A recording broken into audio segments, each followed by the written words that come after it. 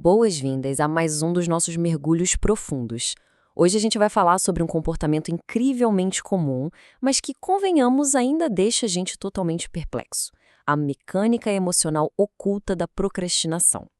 E olha, em vez de só listar aquelas dicas rasas de gestão de tempo de sempre, a gente vai desconstruir o que realmente rola na mente humana quando uma tarefa é adiada repetidas vezes. É uma jornada fascinante pelas camadas da psique, focando não na produtividade cega, mas sim na saúde mental. E isso nos leva à grande questão que guia a nossa exploração de hoje. Por que é tão difícil sair desse padrão?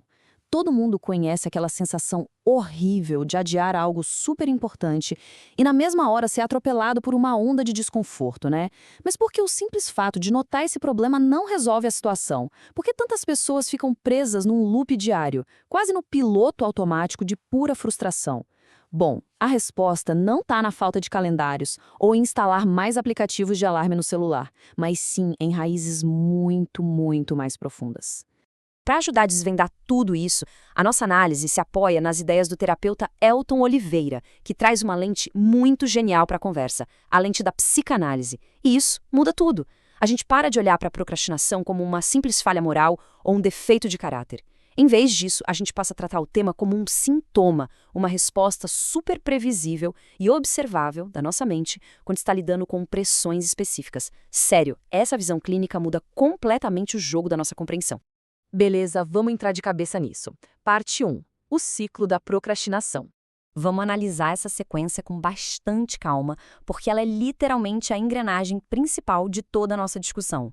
Tudo começa no passo 1, o adiamento. A tarefa fica para depois. E o que acontece logo em seguida? Entra o passo 2, a culpa. É aquele peso invisível absurdo, aquela autocrítica pesadíssima. E o que essa culpa constante acaba gerando? O passo 3, uma ansiedade profunda, daquelas que paralisam a gente. E é aqui que está a armadilha mais genial e ao mesmo tempo cruel de todo esse processo. Essa ansiedade toda faz a tarefa original parecer ainda mais assustadora, o que, inevitavelmente, empurra a pessoa de volta para o passo 4, que é, adivinhem, um novo adiamento. É um mecanismo que se alimenta com uma perfeição assustadora. O alívio momentâneo de adiar é punido na mesma hora, criando o gatilho perfeito para adiar tudo de novo. O que nos leva à nossa segunda parte, o desgaste silencioso da mente. Tem uma expressão aqui que é brilhante, um ciclo emocional silencioso. A procrastinação não é um evento explosivo, sabe? Não é um colapso que acontece do nada. É muito mais como um vazamento lento. A pessoa continua trabalhando, continua levando a rotina, muitas vezes parecendo que está tudo 100% normal por fora, mas esse ciclo de culpa e ansiedade vai drenando a energia mental gota a gota. E é esse desgaste contínuo, totalmente oculto, que torna o processo tão exaustivo, sugando a capacidade cognitiva e emocional sem que a pessoa sequer perceba por onde a energia está escapando. E o mais interessante é como a nossa biologia e a nossa psicologia entram em ação de uma forma fascinante para nos proteger.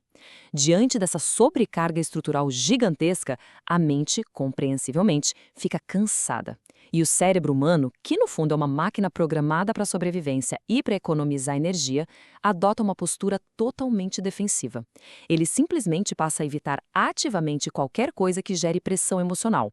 Ou seja, olhando por essa lente, a procrastinação não é um erro de planejamento.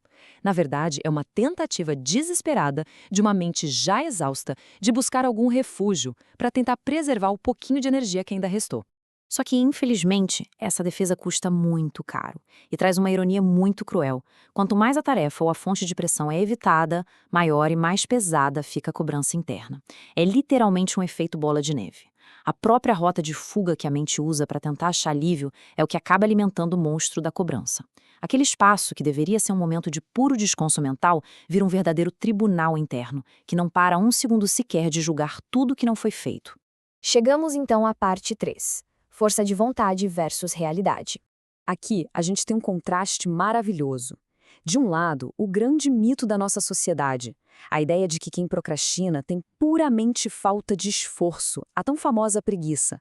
Do outro lado, a realidade clínica da psicanálise. A procrastinação costuma ser, na maioria das vezes, um conflito interno não resolvido.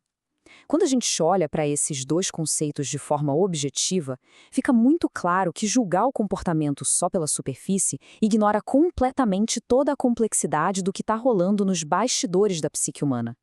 Essa é uma mudança de paradigma essencial para quem quer realmente entender o comportamento. Então, o ponto crucial aqui é desmentir de vez essa ideia de solução mágica. Se a raiz do problema não é a preguiça, sair desse ciclo definitivamente não depende só de ter mais força de vontade. Tentar romper um conflito interno super complexo na base da força bruta é como tentar abrir uma porta trancada dando umbradas em vez de simplesmente procurar a chave. Simplesmente não funciona. Isso só gera ainda mais desgaste, mais frustração e, claro, acaba alimentando aquele mesmo ciclo de culpa de novo. E assim, entramos na nossa parte 4. Consciência como libertação. A verdadeira resolução desse problema pede duas coisas fundamentais. Primeiro, compreender a raiz emocional do comportamento. Isso quer dizer olhar para dentro e se perguntar o que exatamente aquela tarefa que está sendo evitada representa. É medo de falhar? É uma busca inatingível por perfeição? O segundo passo é ainda mais vital: aprender novas formas de lidar com os próprios sentimentos. Porque, cá entre nós, aquela autocrítica punitiva simplesmente não funciona. Ela só reinicia o motor da ansiedade. É preciso construir uma relação interna que seja mais saudável, muito mais compreensiva e bem menos carrasca. E tudo isso ilustra brilhantemente como as peças desse quebra-cabeça se encaixam. Ansiedade, procrastinação, culpa, saúde mental, psicanálise e autoconhecimento. Percebem como tudo está profundamente interligado? Não tem como falar de procrastinação fechando os olhos para a saúde mental e não dá para resolver a culpa sem um bom nível de autoconhecimento. Cada um desses elementos apoia o outro, montando um quadro super completo e holístico do que realmente significa cuidar da nossa mente e dos nossos processos internos. A conclusão de tudo isso traz uma mensagem incrível e reconfortante. Ninguém precisa passar a vida toda aprisionado nesse padrão mecânico. Como essa citação aí diz, consciência também é libertação. O simples ato de observar, entender e dar nome a esses mecanismos ocultos, sabe, perceber que a mente não está sendo preguiçosa, mas sim que está na defensiva e sobrecarregada, tudo isso já tira um peso gigantesco das costas e começa a quebrar aquelas correntes automáticas do hábito. E para a gente fechar a exploração de hoje, fica aqui uma reflexão. Ao acordar amanhã de manhã e dar de cara com aquela primeira tarefa chata ou assustadora, como o simples fato de enxergar essas engrenagens girando pode mudar a nossa forma de agir. Perceber que aquele instinto de adiar é só um sinal de alerta do corpo e não uma fraqueza terrível pode ser exatamente a chave que faltava para virar esse jogo. A gente vai continuar desbravando o comportamento humano através de grandes ideias por aqui. Observem esses ciclos e até a próxima.